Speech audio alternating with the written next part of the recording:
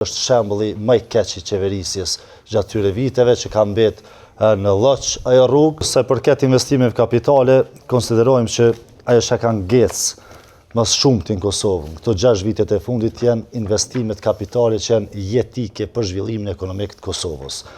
Pa humbur kohë po i numëroj disa prej tyne,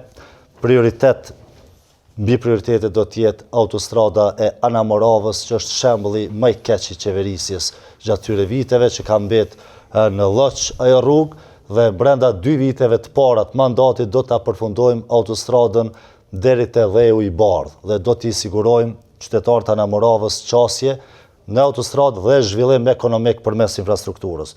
Do t'i përfundojmë pa humbur kohë, qysh në vitin e parë të gjitha projektet rrugore që janë nisë shumë vite më parë që nuk po përfundohen, përfshi rrugën Përpej, Gjakov, Podojev dhe Mitrovic.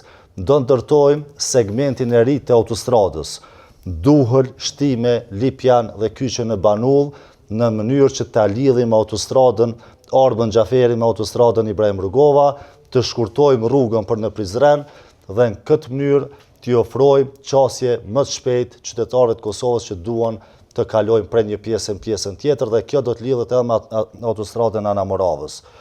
Po ashtu do të investojmë në Hekurulla për shkak se është investim i domosdoshëm për me kriju lidhje më të mira të transportit.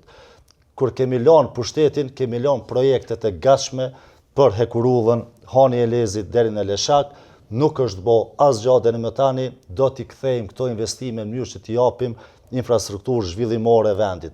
Përveç rikuperimit të Hekurullës, do të bëjmë edhe elektrifikimin e Hekurullave në mënyrë që të kemi transport me shpejtësi në linjë me standardet bashkëkohore të Hekurullave. Do të investojmë në digat e ujit, duke pas parasysh që ka shumë vite që nuk ka pas as investim të ri, dhe patjetër investime në energji. Duhet të krijojmë kapacitete të brendshme të prodhimit dhe të sigurojmë pavarësi energjetike.